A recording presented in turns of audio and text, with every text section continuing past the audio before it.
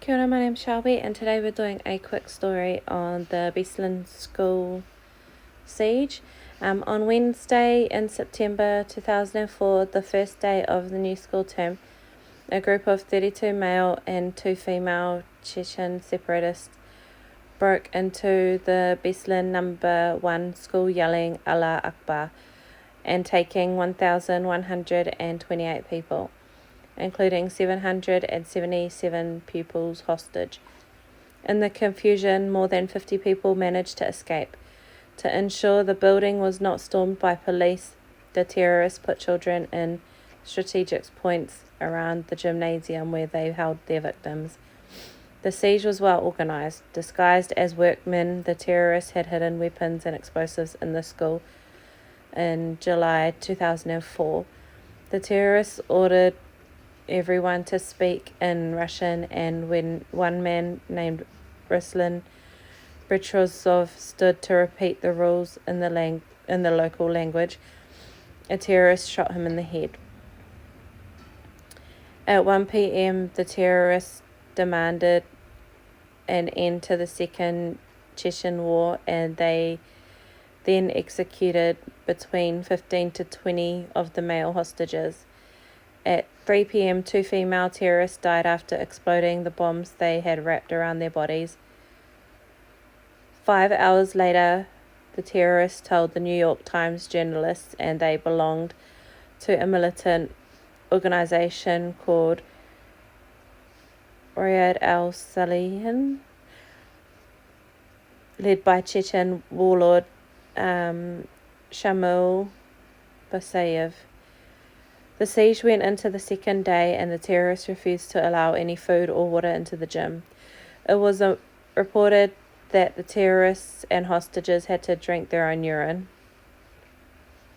The Russian government, still with a Cold War mentality, claimed that there was only 354 hostages and 15 terrorists. Russian President Vladimir Putin only made one public comment on the siege, to the fury of the terrorists and the families of the hostages. The Russian authorities also lied, saying that the terrorists had made no demands. At 1:05 p.m. on the third day, 2 bombs went off in the gym, killing some hostages, while others took the chance to try and escape. The terrorists opened fire on them at 1:30 p.m. The gym roof collapsed, killing more hostages 10 minutes later. Russian forces moved in to end the siege. Some terrorists attempted to flee and 5 were killed. Pandemonium ensued as hostages tried to escape.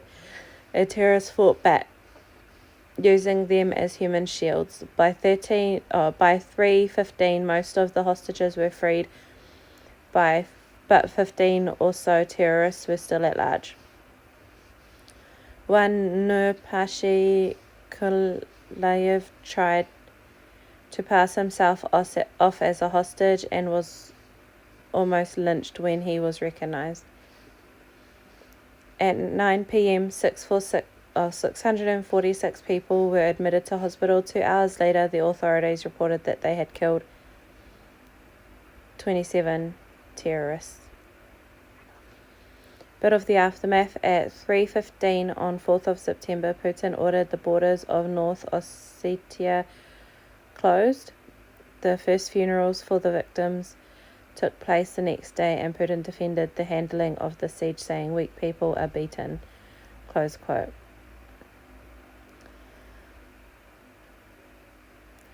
On 17th of September, Chechen terrorist Shamil Basayev claimed responsibility for the school siege, saying the dead hostage takers were in heaven and the killed children in hell.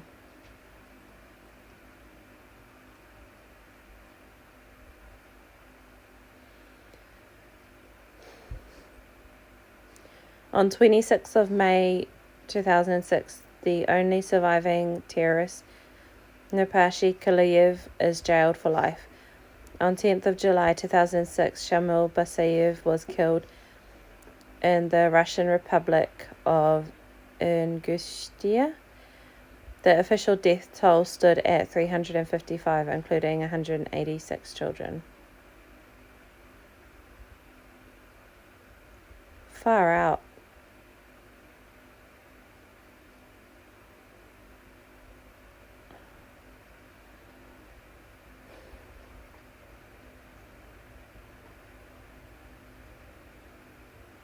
Beslan, yeah. North Ossetia in Russia.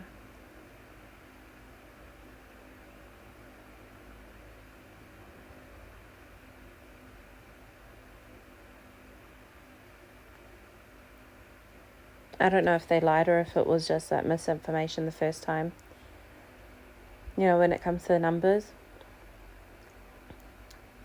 Just 777 is a convenient number. Could be a coincidence. But anyway, hope you enjoyed the story. Stay safe and please subscribe. I'll do a follow-up on this one. I like Russian history, so I'll do a actual research and follow up on this one. Stay safe.